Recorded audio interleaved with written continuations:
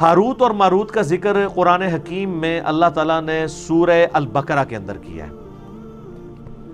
سورۃ البقرہ کی آیت نمبر ہے اعوذ باللہ من الشیطان الرجیم بسم اللہ الرحمن الرحیم 102 ہے غالباً، جہاں پہ اللہ تعالیٰ نے اس چیز کو ایڈریس کیا. ہاں جی 102 اعوذ باللہ من الشیطان الرجیم بسم اللہ الرحمن الرحیم. اللہ تعالیٰ یہودیوں کا ذکر کر رہا ہے کہ یہودیوں نے جب پیغمبروں کی تعلیمات کو پس پش ڈال دیا تو اس کا اینڈ رزلٹ پھر یہ ہوا کہ تعویذ دھاگوں کے پیچھے پڑ گئے. جب آپ وحی کی تعلیم کو پس پش ڈالتے ہیں نا، پھر جادوگروں کی تعلیمات جو شیاطین ان کو سکھاتے ہیں، کیونکہ ظاہر ہے روحانی علم کے مقابلے پہ شیطانی علم ہے، تو وہ پھر رواج پکڑتا ہے. حتیٰ کہ اندازہ کریں نقش سلیمانی بھی لکھا جاتا ہے آج بھی، نقش سلیمانی حضرت سلمان کی طرف. اور یہ کام یہودیوں نے سازش کی. یہودیوں نے کیسے سازش کی؟ انہوں نے سازش اس طرح کی کہ حضرت سلمان علیہ السلام کو اللہ تعالیٰ نے بڑے غیر معمولی معجزات دیے تھے. سورہ سعد پڑھ کے دیکھیں، سورہ سبا پڑھ کے دیکھیں، میرا تخت بلقیس والا کلپ دیکھیں، میں نے حضرت سلمان علیہ السلام کا تعارف کروایا. سیدنا سلمان ابن داود علیہ السلام، ان کو پرندوں کی بولیاں اللہ نے سکھائی تھی، ہواؤں پہ ان کی حکومت تھی. صبح اور شام کی ان کی جو ٹریولنگ ہے وہ ایک ایک مہینے کے برابر وہ تخت پہ سفر کرتے تھے. پہاڑ ان کے ساتھ تسبیحات کرتے تھے. جنات ان کے لیے مسخر تھے جو سمندروں میں غوطے لگاتے تھے، بڑی بڑی عمارتیں اور تماثیل ان کے لیے وہ کریٹ کرتے تھے.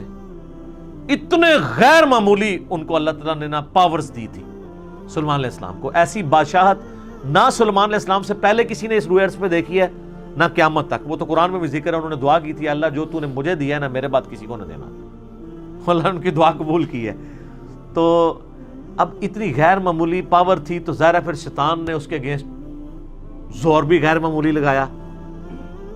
ٹھیک ہے، تو حضرت سلمان علیہ السلام کے پیچھے اللہ تھا، انہوں نے شیاطین کو، جادوگروں کو، ان کو قابو کر لیا. ان سے وہ کام لیتے تھے، قرآن میں ذکر ہے. قرآن میں بس اتنا ہی ہے. یہ جو سورہ بقرہ کی آیت نمبر 102 ہے نا، اس کے کانٹیکسٹ میں اس کو میں بعد میں کور کرتا ہوں.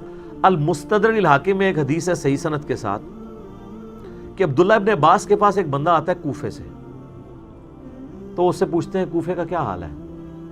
انہوں نے کہا کوفے کا حال یہ ہے کہ کوفے کے لوگ تو یہ عقیدہ رکھتے ہیں کہ حضرت علی علیہ السلام مرے نہیں ہیں بلکہ وہ روپوش ہو گئے ہیں، ان قریب دوبارہ ظاہر ہو جائیں گے، پردہ فرما لیے.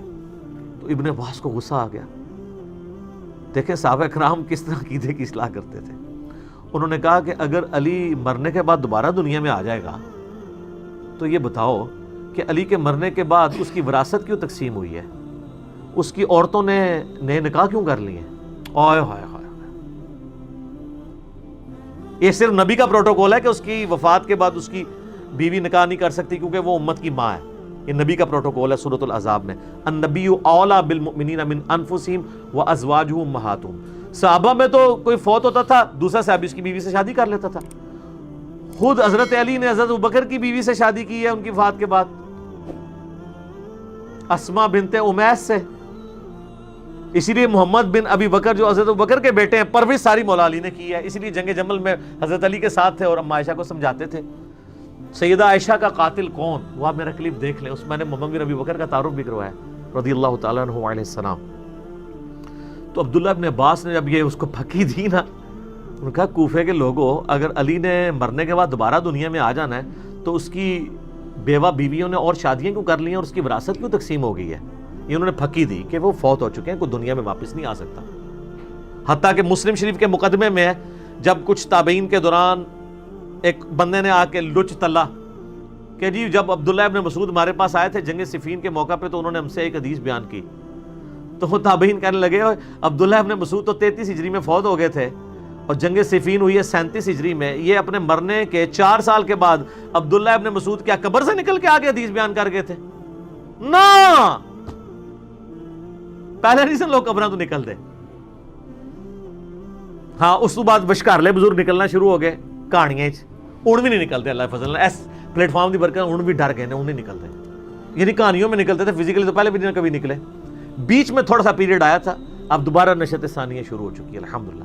تو عبداللہ ابن عباس رضی اللہ تعالیٰ عنہ نے کہا کہ اس طرح تو نہیں ہو سکتا, اور پھر انہوں نے کہا اے کوفے کے لوگوں تمہارا حال تو وہی ہے, تم آئے ہو عراق سے, عراق کے لوگ ہی تھے نا, بابل شہر کے رہنے والے, بابل کا نام بھی آئے گا اس میں, بابل ہم اردو میں کہہ رہے ہیں, لفظ بابل ہے, اور بیبلونیا انگلش کے اندر دنیا کی سب سے قدیم ثقافت ہے. تو یہ تم لوگ ہی تھے نا, جو تمہارے لوگوں کا تو صاحب وہی ہے جو سلمان علیہ السلام نے جب جنات کو قابو کیا تو ابن عباس نے کہا, اور ان کی وہ ساری شیطانی کتابیں جو ہیں, جو ان کو شیاطین کچھ خبریں دیتے تھے فرشتوں سے چوری کر کے, تو اس میں جھوٹ ملا کے وہ پبلک کو بتاتے تھے, وہ ساری کتابیں قبضے میں لے کے نا سلمان علیہ السلام نے نا اپنے محل کے اندر دفنا دی اپنی کرسی کے نیچے. ان کا رعب تو آپ کو پتا تھا نا, قرآن میں آتا ہے کہ فوت ہونے کے کتنے عرصے بعد تک بھی جنوں کو نہیں پتا چلا, تو ان کی کرسی کے نزدیک کس نے لگنا تھا. بہرحال جب یہ معاملہ حضرت سلمان علیہ السلام فوت ہو گئے, بعد میں لوگوں نے ان کی کرسی کے نیچے سے, انہوں نے کہا پتہ نہیں کرسی میں کوئی ایسی طاقت ہے, وہ جب کھدائی کی تو وہ کتابیں نکل آئیں. انہوں نے کہا اچھا یہ سلمان تو جادوگر تھا, یہ جادو کی خزانے ہمارے ہاتھ لگ گئے, یہ ان کتابوں کے ذریعے وہ سارے کام کرتا تھا. ان کے ماننے والوں نے ان کو جادوگر کہہ دیا, کہتے ہیں یار جادو کے بغیر تو اتنا غیر معمولی علم ہو ہی نہیں سکتا. تو اللہ تعالیٰ نے پھر اس کی نفی کیا. پھر ابن عباس نے کہا کہ قرآن پڑھ کے دیکھو, اللہ نے سلمان علیہ السلام کو بری کیا اسے. اور پھر انہوں نے سلمان علیہ السلام سے متعلق آیت نمبر سورۃ البقرہ کی 102 پڑھی ابن عباس نے, اعوذ باللہ من الشیطان الرجیم, وَاتَّبَعُوا مَا تَتْلُو الشَّيَاطِينُ عَلَى مُلْكِ سُلَيْمَانَ.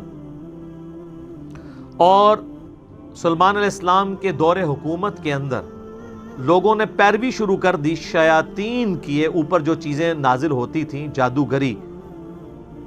وَمَا كَفَرَ سُلَيْمَانَ, سلیمان نے کبھی کفر نہیں کیا. ہائے ہائے ہائے, سلمان جادوگر نہیں تھا, وہ اللہ کا پیغمبر تھا. وَلَكِنَّ الشَّيَاطِينَ كَفَرُوا, بلکہ شیطانوں نے کفر کیا. يُعَلِّمُونَ النَّاسَ السِّحْرَ, وہ لوگوں کو جادو سکھاتے تھے. وَمَا أُنزِلَ عَلَى الْمَلَكَيْنِ بِبَابِلَ هَارُوتَ وَمَارُوتَ, اور جو ہم نے نازل کیا تھا بابل شہر میں, بیبلونیا میں, ہاروت اور ماروت دو فرشتوں کے اوپر. وہ بھی ایک علم تھا جو لوگوں کی آزمائش کے لیے تھا, ایک جادو کا علم, ایک وہ علم.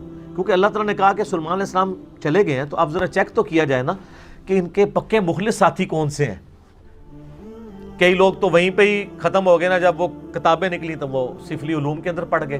جو باقی بچے تھے اللہ نے کہا ان کو بھی میں ذرا آزماؤں گا. سر اللہ چیک تو کرتا ہے نا کہ نبی کے جانے کے بعد انہوں نے کوئی تعلیمات چھوڑ تو نہیں دی. تو اللہ تعالیٰ نے دو فرشتے وہاں بھیج دیے جو لوگوں کو ایسا علم سکھاتے تھے جس کے ذریعے میاں بیوی میں جدائی ڈال دی جائے. اب یہ بعض لوگ کہتے ہیں نہیں یہ فرشتے اس طرح کا برا علم کیسے سکھا سکتے ہیں. وہ یار قرآن میں لکھا ہے کہ وہ آزمائش کے لیے تھا, اور اللہ تعالیٰ نے, شیطان کو کس نے پیدا کیا؟ اللہ نے آزمائش کے لیے پیدا کیا نا, ٹھیک ہے نا. ہم کیا کہتے ہیں, من شر ما خلق, اے اللہ میں ہر اس چیز کے شر سے تیری پناہ میں آتا ہوں جو پیدا تو نے کی ہے. تو فرشتوں کو اللہ نے آزمائش کے لیے بھیجا ہے, انہوں نے کفر نہیں کیا تھا بلکہ آزمائش کے لیے انسانی شکل میں آئے. اللہ نے ان کو کہا, لیکن دیکھیں ساتھ وہ کلیئر کرتے تھے, وما يعلمان من احد, وہ کبھی بھی کسی شخص کو وہ علم نہیں سکھاتے تھے, حتی یقولا, جب تک کہ وہ دونوں اس کو یہ نہ کہہ دیں, انما نحن فتنہ, دیکھو اللہ نے ہمیں تمہاری آزمائش کے لیے بھیجا ہے, فلا تکفر, کفر نہ کرنا, ہم سے یہ علم نہ سیکھو. یار اس سے بڑی اور ننگی بات ہو سکتی ہے کہ فرشتہ انسانی شکل میں آئے اور وہ آ کے کہے کہ میں تمہیں ایسا علم سکھاتا ہوں جس کے ذریعے تم میاں بیوی میں جدائی کروا سکتے ہو اور کسی کی بیوی کو اپنے ساتھ لگا سکتے ہو اس سے طلاق دلوا کے, لیکن یہ کرو گے تم کفر, اور اللہ نے ہمیں تمہاری آزمائش بنایا ہے, یہ سیکھنا نہیں ہے ہم سے. پھر بھی وہ کہا نہیں سر تھوڑا جیسے سکھا دو, تو اس کا مطلب ہے تھڑک گئے. اور ایک طرف ہمارے نبی کے اصحاب ہیں, نبی صاحب دنیا سے چلے گئے ہیں, کتنے قبائل مرتد ہو گئے ہیں. اور حضرت بکر کہہ رہے ہیں کہ اگر جنگل کے درندے بھی آ کے مجھے کاٹ دیں تو جو اللہ کے نبی کے زمانے میں ایک رسی بھی دیتا تھا زکات میں, نہیں دے گا, نہ میں قتال کروں گا, اکیلا مجھے کرنا پڑے. ہزاروں لوگ مرتد ہو گئے ہیں, اور صحابہ کے کانفیڈنس نے اتنی کم مین پاور کے ساتھ رومن اور پرشین امپائر اکھاڑ کے رکھ دیا. اور ایک یہ سلیمان علیہ السلام کے ساتھی ہیں کہ دنیا سے گئے ہیں تو کس کام میں پڑ گئے. اتنی واضح بات سننے کے بعد جب فرشتے ان کو کہہ رہے ہیں کہ دیکھو اللہ نے تمہیں آزمائش بنایا ہے, ہمیں تمہارے لیے آزمائش بنایا, ہم سے نہ سیکھو. فَيَتَعَلَّمُونَ مِنْهُمَا مَا يُفَرِّقُونَ بِهِ بَيْنَ الْمَرْءِ وَزَوْجِهِ, اور وہ ان کو سکھاتے تھے ایسا علم جس کے ذریعے میاں بیوی میں جدائی ڈلوا دیں. وَمَا هُمْ بِضَارِّينَ بِهِ مِنْ أَحَدٍ إِلَّا بِإِذْنِ اللَّهِ, اور وہ کسی کو نقصان نہیں پہنچا سکتا تھا وہ علم, ہاں مگر اللہ چاہے. یعنی جو اللہ کی پناہ میں آتا ہے, جو اذکار کرتا ہے, سارے جادوگر مل کے کچھ کر لیں. نبی علیہ السلام پہ بھی جادو ایک دفعہ ہوا ہے جب معوذتین نازل ہوئی ہیں, اس کے بعد کبھی کسی صحابی پہ جادو ہوا ہے؟ حضرت عمر نے پوری دنیا تل پٹ کر دی ہے, سارے جادوگر یروشلم میں بیٹھے تھے, کرتے نا حضرت عمر پہ جادو, بچا لیتے اپنی سلطنتیں؟ نہیں. جب اذکار آ گئے تو پھر جادوؤں کے کام ہے. وَيَتَعَلَّمُونَ مَا يَضُرُّهُمْ وَلَا يَنْفَعُهُمْ, اور وہ ایسا علم سیکھتے تھے جو ان کو نقصان ہی پہنچاتا تھا, نفع کوئی نہیں دیتا تھا. وَلَقَدْ عَلِمُوا لَمَنِ اشْتَرَاهُ مَا لَهُ فِي الْآخِرَةِ مِنْ خَلَاقٍ, اور بے شک ان کو وہ خوب تھا, علم تھا اس بات کا کہ وہ اس چیز کے خریدار ہو رہے ہیں کہ اس کے بدلے آخرت میں ان کو کچھ نہیں ملنے والا. وَلَبِئْسَ مَا شَرَوْا بِهِ أَنفُسَهُمْ, کیا ہی برا سودا انہوں نے خریدا اپنی جانیں بیچ کے. لو کانوا یعلمون, کیا وہ کاش وہ جان لیتے کہ انہوں نے اپنی آخرت برباد کر دی اس علم کے ذریعے. تو یہ تو سر صحیح مسلم میں بھی حدیث ہے نا کہ شیطان کا تخت پانیوں پہ ہے, این ممکن ہے برمودا ٹرائنگل پہ لگا ہو, شام کے وقت سارے اس کے کارندے اس کو کارگزاری سناتے ہیں, آج میں نے فلاں شخص سے فلاں گناہ کرایا, فلاں سے فلاں کرایا, فلاں سے فلاں کروایا. کوئی امپریس نہیں ہوتا. ایک اس کا شاگرد آ کہتا ہے میں نے آج میاں بیوی کے درمیان جدائی کروا دی ہے. وہ اس کو گلے لگا کے ملتا ہے, وہ بھائی تو صحیح کام کیتا ہے, کیونکہ تمدن کی جڑ ہی کٹ جائے گی جب میاں بیوی علیحدہ ہوں گے, اولاد بھی ختم, مینٹل ماڈلز بدل گئے, معاشرے کے لیے ناسور بن جائیں گے. تو یہ فتنہ شیاطین والا ہے. قرآن میں بھی ہے کہ میاں بیوی میں جدائی, اور یہاں پہ بھی میاں بیوی میں جدائی شیطان ڈلوا کے خوش ہوتا ہے. تو وہ کہتے ہیں ہاروت اور ماروت جو ہے نا, یہ وہ ہے جو احادیث میں لکھا ہوا ہے مضبوط روایتوں کے اندر, المسند الحاکم میں. مجھے اس کا نمبر بھی بائی چانس یاد ہے, اگلے دن بھی کسی نے پوچھا تھا, 3051 اور 52 نمبر آپ دیکھیں. اس میں کمزور روایتیں بھی ہیں کہ جی وہ کہتے ہیں کہ جی یہ بھی روایت ہے مسند احمد میں, ابن حبان میں, المسند الحاکم کے اندر, لیکن کہانی ہے, مجہول ہے اس کے راوی بیان کرنے سے. وہ کہتے ہیں کہ جی وہ فرشتوں نے اللہ کو کہا کہ اللہ تو نے اس کو خلیفہ بنا دیا, یہ تو زمین میں گناہ کرتا ہے. تو اللہ نے فرشتوں کو چیلنج دیا کہ اچھا جی کوئی نیک 2 فرشتے لے آؤ اپنے. میں تمہیں بتاتا ہوں نا, انسان کے بارے میں تم یہ بات کرتے ہو, یہ کسی دکھی انسان نے بیٹھ کے سٹوری گھڑی ہے کہ اسی بڑے ہوتے ہیں, اتے آؤ. لقد خلقنا الانسان فی احسن تقویم. لیکن آگے بھی ہے, جب آپ برائی پہ اترتے ہیں ثم رددناہ اسفل سافلین. ہاں واقعی اگر آپ بن جائیں ابو بکر, عمر, عثمان و علی, تو کوئی آپ کے مقابلے کا نہیں ہے. تیرے ہوتے جنم لیا ہوتا تو فرق تب پڑتا جب تیری تعلیمات پہ بھی عمل کرتا, ورنہ چاہے اس زمانے جمے چاہے آج جمے, فرق کوئی نہیں کرنا پینا. رفع دین پھر بھی نہیں تو کرنا, جو مرضی ہو جائے, اللہ یہ کہ تو حق کو ایکسیپٹ کر لے. تو ان روایتوں ملتا ہے کہ وہ فرشتوں نے 2 بندے اپنے سب سے لائق فرشتے چنے, ہاروت اور ماروت. کہانی ہے میں سنا رہا ہوں. ان کو اللہ نے انسانی شکل میں بھیجا اور انسانی کمزوریاں بھی ساتھ لگا دیں, یعنی شہوت بھی اور یہ. اور ایک عورت کو ان کے لیے فتنہ بنا دیا, زورا نام تھا. ٹھیک ہے, وہ کہتے ہیں ستارہ زورا بھی وہی عورت ہے, وہ آندھی ہے, میں تمہیں دسنا کیویں آندھی ہے.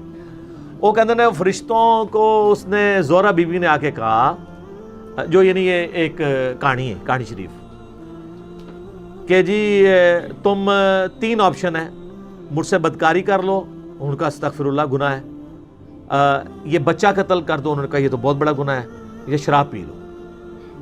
تو کوشش کرتی رہی, الٹیمیٹلی انہوں نے کہا تینوں میں سے سب سے کم گناہ شراب پینا ہے. شراب پی لی, تو شراب پینے کی وجہ سے انہوں نے بدکاری بھی کر لی اور بچہ بھی قتل کر دیا. اور پھر اللہ نے کہا کہ اب میں تمہیں عذاب دوں گا. تو انہوں نے کہا یا اللہ ہمیں تو دنیا میں عذاب دے دے, آخرت کا عذاب تو بہت سخت ہے. تو وہ عراق میں کنواں آج بھی لوگ زیارت کے لیے جاتے ہیں, کہتے ہیں اس کنویں میں الٹے لٹک رہے ہیں.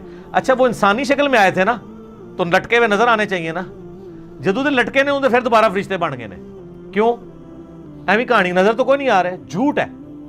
وہ باقاعدہ اسلام کے تاریخی مقامات میں لوگ جاتے ہیں, وہاں کہتے ہیں جی ٹنگے نے کتنے نے دکھاؤ نا ٹنگے ہوئے, تو کہتے ہیں انہوں نے. ایک سٹوری ہے. دوسری سٹوری ہے کہ وہ جو زورا بی بی تھی نا, جو ہے ہی کوئی نہیں تھی, انہوں نے فرشتوں سے کہا کہ اچھا تم تو آسمان تک جاتے ہو تو مجھے کوئی نہ ایسا منتر سکھا دو جو میں بھی پڑھوں تو آسمانوں تک پہنچ جاؤں, تو ٹھیک ہے میں پھر تمہارے ساتھ وہ برائی کرنے کے لیے آمادہ ہو جاؤں گی. تو ایک فرشتے نے انکار کر دیا, دوسرے نے کہا کہ ٹھیک ہے میں سکھا دیتا ہوں, اللہ بڑا غفور رحیم ہے, مجھے معاف کر ہی دے گا. یہ بھی لکھا ہوا ہے اس میں جو آپ بھی کر رہے ہیں. پوری سٹوری لو نا, تو آڑے بھرا سی جڑے جعلی ہاروت ماروت نے, تو اس نے اس کو منتر سکھا دیا. جب منتر سکھایا تو وہ عورت اس منتر کے ساتھ اوپر چلی گئی تو وہ اللہ تعالیٰ نے اس کو سزا کے طور پہ زورا ستارہ بنا دیا. زورا بنائی ہے انہوں نے, کہانی شریف ہے. اچھا, اور کہتے ہیں وہ جو فرشتہ تھا, دونوں فرشتوں کو اللہ تعالیٰ نے عذاب میں ڈال دیا. یہ سب کہانی ہے. اصل چیز یہ ہے جو اس کے اندر سبق لرن کرنے والا تھا, وہ یہ تھا کہ نورانی علم کو, وحی کی تعلیمات کو, روحانیت کو چھوڑ کے شیطانیت کے پیچھے نہ پڑو. وہ لوگ چلے ہوئے ہیں. سلمان اسلام کی اللہ نے قرآن میں صفائی بھی پیش کر دی, پھر بھی نقش سلمانی آج بھی چل رہے ہیں. اللہ تعالیٰ نے قرآن میں حضرت عیسیٰ علیہ السلام کی امام الموحدین ہونے کی گواہی دے دی, شرک سے بیزاری کی گواہی دے دی, پھر بھی آج ان کے نام کے اوپر 2.25 ارب لوگ شرک کر رہے ہیں. تو اللہ نے تو یہی کیا کہ آپ کو بتا دیا, اب آپ نے نہیں ماننا تو آپ نہ مانیں. تو یہ ہاروت اور ماروت کی یہ سٹوری ہے, لہٰذا یہ جہاں کے بھی آپ کو ملے. ایون حافظ ابن کثیر نے بھی یہ روایتیں نقل کی ہیں, کچھ کا تو انہوں نے رد کیا ہے, کچھ پہ خاموشی اختیار کر لی ہے, کچھ پہ وہ خود پھر مانتے ہیں کہ یار یہ روایتیں تو ایسی ہیں, پھر وہ کہتے ہیں نہیں ہے انٹرسٹنگ ہے, میں بیان بھی کر دیتا ہوں. وہ لوگ کہانی بھی سنتے ہیں نا. تفسیر ابن کثیر میں یاد رکھیے گا 20% سے زیادہ کہانی ہے اس کے اندر بھی. ادھر بھی صرف جو حدیثیں ہیں نا اور صحیح سند سے وہی لینی ہے آپ نے.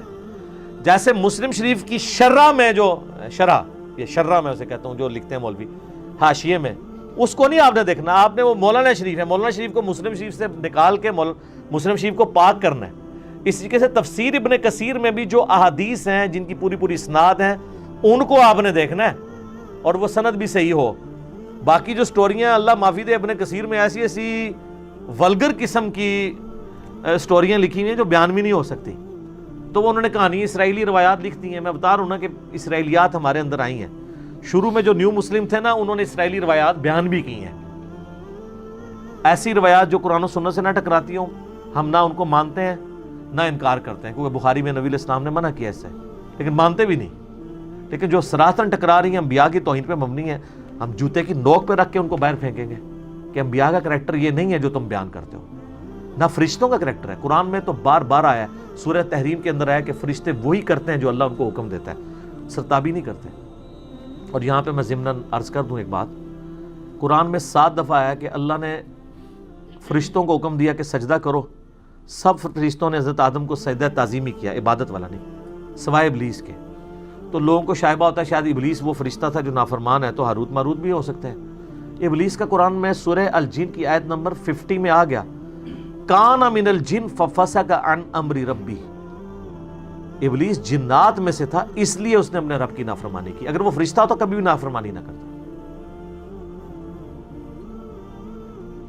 فرشتے کبھی بھی نافرمانی نہیں کرتے اللہ کے حکم کی, نہ وہ شرک کرتے ہیں نہ کفر کرتے ہیں. یہ ذہن میں رکھیے گا. یہ میں اس لیے بتا رہا ہوں آپ کو کہ بعض لوگ یہ کہہ دیتے ہیں کہ جی وہ فرشتوں کا استاد تھا, اور جی شیطان کو بھی بڑا علم سی. پتہ کہ وہ بتانا چاہتے ہیں کیونکہ ان کو پتہ ہے قرآن دی سارا ہمارے خلاف ہے, تو اب قرآن دی اس کو تو شیطانی علم نہیں کہہ سکتے, تو ایک اور کہانی کر لی ہے, اور جی علم تو شیطان کو بھی بہت سی. سر کس آیت اور حدیث میں لکھا ہوا ہے؟ قرآن میں تو ایسا نہیں ہے. تو ایک ڈاکٹر مفتی جو بریلویوں کے ہیں, ان کی جو میں نے علمی حوصلہ افزائی کی ہے ایک اپنے کلپ کے اندر, جنہوں نے علم کی توہین کی تھی, وہ آپ دیکھ سکتے ہیں. علم کی توہین کرنے والا تو کافر ہو جاتا ہے اگر اس نے جان بوجھ کے کی. اگر لا علمی میں کی ہے تو توبہ کر لے, معافی ہے. انبیاء کی وراثت کیا ہے؟ علم. نبی علیہ السلام کو کس دعا کا حکم ہے؟ قل رب زدنی علما, سورہ طٰہٰ. سورہ فاطر میں کس کو کہا گیا کہ اہل معرفت ہیں؟ انما یخشی اللہ من عبادہ العلماء، اہل علم۔ سورہ الزمر میں قل هل يستوي الذين يعلمون والذين لا يعلمون انما يتذكر اولو الالباب، بھلا بتاؤ علم والے اور بغیر علم والے برابر ہو سکتے ہیں؟ نصیحت تو قبول نہیں کرتے مگر عقل والے۔ سب کچھ علم کے گرد گھومتا ہے اور آپ علم کی توہین کریں۔ پیر نصیر الدین نصیر رحمہ اللہ تعالیٰ نے نا ان جعلی لوگوں کی مٹی پلید کی ہے، جعلی علماء اور جعلی پیروں کی۔ ویسے پیر جو اصلی بھی ہوتا ہے نا وہ بھی جعلی ہوتا ہے، کیونکہ عربی میں پے نہیں ہوتی ہے۔ تو باقی ہم چونکہ ایک ریناؤنڈ ہے چیز، خوب مٹی پلید کی ہے ایک اصلی پیر نے، پیر نصیر الدین نصیر رحمہ اللہ نے۔ انہوں نے ایک کتاب لکھی ہے کیا شیطان عالم تھا؟ سر جو مٹی پلید کی ہے انہوں نے، جو لوگ کہتے ہیں نا شیطان علم والا تھا وہ گمراہ ہوا ہے، انہوں نے بتایا کہ شیطان کے پاس علم ہوتا نا تو کبھی گمراہ نہ ہوتا، وہ خالی عبادت گزار سی۔ اگر عالم ہوتا تو کبھی گمراہ نہ ہوتا۔ علم تو حفاظت کرتا ہے انسان کی، علم کا تقاضا یہ نہیں تھا کہ اللہ سے بحث کرتا، علم تو ہے سمعنا و اطعنا، سنا اور مانا، اکڑ آتی نہیں ہے۔ علم انسان میں عاجزی لاتا ہے، البتہ جو شخص علم کی بنیاد پہ اکڑے اس سے بدترین کوئی نہیں ہوتا، وہ بھی ہے ایک پہلو۔ سورۃ الاعراف کی آیت نمبر 175 اور 176 میں بلعام بن بعورہ کا ذکر ہے، المستدل الحاکم میں اس کانٹیکس میں حدیث ہے کہ بنی اسرائیل کا عالم تھا، دنیا کا کتا بن گیا، تو اللہ نے کہا کہ یہ کتے کی مثال بن گیا ہے۔ جیسے کتے پہ بوجھ ڈالا جائے تب بھی زبان اس کی باہر رہتی ہے، نہ ڈالا جائے تب بھی زبان ہانپتا رہتا ہے، کیونکہ دنیا کی محبت کا شکار ہو گیا علم کے باوجود، اور اس علم سے اس نے نفع نہیں حاصل کیا۔ جو علم سے نفع حاصل کرتے ہیں علم ان کی حفاظت کرتا ہے، اور جو علم کو شوکیس میں رکھ دیتے ہیں تو وہ قرآن میں آیا کہ ان گدھوں کی مانند ہے جن کے اوپر پیٹھ پہ کتابیں لدی ہوئی تھی۔ یہ میں کتابیں رکھتا ہوں، وہ کہتے ہیں نہیں جی وہ تو قرآن میں مثال ہے۔ یہ سر یہ قرآن میں اس گدھے کی مثال ہے، گدھا شریف کی، کہ جو اپنے کندھے پہ اٹھاتا ہے لیکن وہ پڑھ نہیں سکتا، تو وہ گدھا شریف وہی ہیں جن کے شوکیس میں لکھے ہیں وہ پڑھتے نہیں ہیں۔ یہاں جو بیٹھے ہوئے ہیں نا وہ پڑھتے ہیں اور آپ کو بھی بتاتے ہیں کہ آپ بھی نکال کے پڑھ لیں، تو وہ گدھے کی مثال نہیں ہے، بلکہ اللہ نے ایسے اہل علم کی تو تعریف کی ہوئی ہے، کہتے ہیں گدھے کی مثال آئی ہے۔ گدھے کی مثال ان کی آئی ہے جو علم سے استفادہ نہیں کرتے، جو استفادہ کرنے والے ہیں وہ تو انما یخشی اللہ من عبادہ العلماء۔ ہاروت اور ماروت سے بات ادھر نکل گئی۔ ہاروت اور ماروت اللہ تعالیٰ کے فرشتے تھے، ان کی توہین نہ کریں، اور ان کے بارے میں یہ جھوٹا الزام لگانا یہ آپ کو گستاخی کے اندر لے جائے گا۔ توبہ کریں۔ کہانیاں ہیں، بیان ہوئی ہوئی ہیں، کچھ مسند احمد، صحیح ابن حبان میں، حاکم میں بھی آ گئی ہے، لیکن مجہول راویوں سے ہے۔ صحیح بات وہ ہے جو میں نے المستدل الحاکم سے 305152 نمبر حدیث جو میں نے بیان کی ہے ابن عباس کے حوالے سے، کہ سارے جھوٹے الزامات تھے، اس کو اللہ نے کنڈیم کیا ہے کہ حضرت سلیمان علیہ السلام نے کبھی کفر و شرک کی تعلیم نہیں دی، کوئی تعویذ دھاگے نہیں کیے، وہ وہی کا علم سکھاتے تھے۔ یہ ان کے ماننے والوں نے ان کی طرف غلط باتیں منسوب کر دی ہوئی ہیں، اس میں ان کا کوئی قصور نہیں ہے۔ سلیمان علیہ السلام نے کبھی کفر نہیں کیا، وہ تو پکے موحد تھے۔ اور میں اس کانٹیکس میں ریکویسٹ کروں گا میرا تخت بلقیس والا آپ کلپ دیکھیں ضرور، اس میں نے سلیمان علیہ السلام کا تعارف کروایا ہے کہ کیا وہ شخصیت تھے، اللہ نے ان کو کیا کیا خوبیاں دی تھی۔ لیکن بنی اسرائیل ان کے خلاف ہو گیا، حالانکہ خود سلیمان علیہ السلام ابراہیمی تھے، ان کی اولاد میں سے تھے، لیکن جب ان کی غلطیاں ہائی لائٹ کی، جس طرح حضرت عیسیٰ علیہ السلام کے یہ خلاف ہو گئے، سلیمان علیہ السلام کے خلاف ہو گئے۔ پھر قرآن میں اللہ تعالیٰ نے یہ بھی فرمایا کہ ہم نے داؤد اور سلیمان کے ذریعے خود بنی اسرائیل پہ لعنت کروائی ہے، تو وہ تو ماننے کے لیے تیار ہی نہیں تھے۔ ان ہستیوں کو اللہ نے ان کو عزت دی، نبوت سے سرفراز فرمایا، عزت دی، کتاب نازل کی، زبور ان کے والد کے اوپر، اور جانشین بنایا ان کو۔ تو یہ نقشے سلمانی پھر بھی چل رہا ہے، سلمانی ٹوپی بھی چل رہی ہے، پتہ نہیں کیا کچھ چل رہا ہے سلیمان علیہ السلام کے نام کے اوپر۔ سب کہانی ہے سر، قرآن سے جڑیں، احادیث سے جڑیں تو آپ کو سچائی پتہ چلے گی۔ ٹھیک ہوگا جی؟ اللہ تعالیٰ سے دعا ہے جو حق بات میں نے کہی اللہ تعالیٰ ہمارے دلوں میں راسخ فرمائے۔ اگر جذبات میں میرے منہ سے کوئی غلط بات نکل گئی، اللہ تعالیٰ ہمارے دلوں سے ہی محو کر دے، ہمیں کتاب و سنت کی تعلیمات پر عمل کر کے دوسرے بھائیوں تک پہنچانے کی توفیق عطا فرمائے۔ سبحانک اللہم و بحمدک، اشہد ان لا الہ الا انت، استغفرک و اتوب الیک، وما علینا الا البلاغ المبین۔ جزاکم اللہ خیرا و احسن الجزاء۔